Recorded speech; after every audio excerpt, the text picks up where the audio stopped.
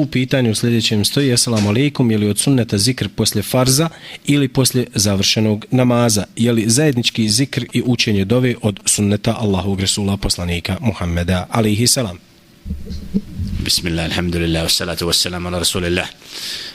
Zajednički zikr i dova nije od prakse Muhammeda sallallahu alejhi ve sellem, nego je bid'a, novotarija, nešto što nije bila praksa poslanika sallallahu alejhi ve sellem, a zikr je od sunneta nakon farda, ne nakon sklanjanja i sunneta, nakon fard namaza, zajedničkog džematskog namaza, ili ako pojedinačno žena kući obavlja namaz, čini zikr nakon farda, pojedinačno, ne u horu.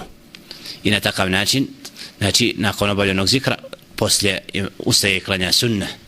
A spajanje farda i sunneta je novotarija, bid'a, nešto što nije utemeljeno, neispravno, i treba naviknuti se i odgojiti naraštaje na ovim prostorima da se naviknu da čine zikr pojedinačno poslije farda. Jer ovdje imam ustaljenu praksu da se zajednički u džematima obavlja zikr i to nakon klanjanja farda i sunneta i zajednička dova, a to nema utemeljen niti dokaz u praksi Muhammeda.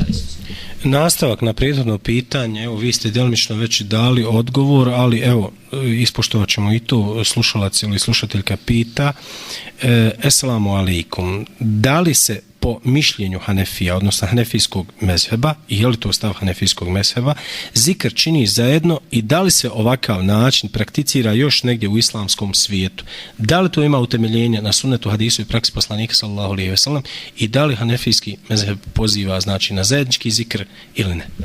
To je kad kažemo da nešto bit, a onda znači da nije utemeljeno na mezhebsko razilaženje, ima dokaz najčešće, ako nekad mišljenje koje je pobijeno u jednom mezhebu, ali kada kažemo nešto da je bit, znači da nema utemeljenje.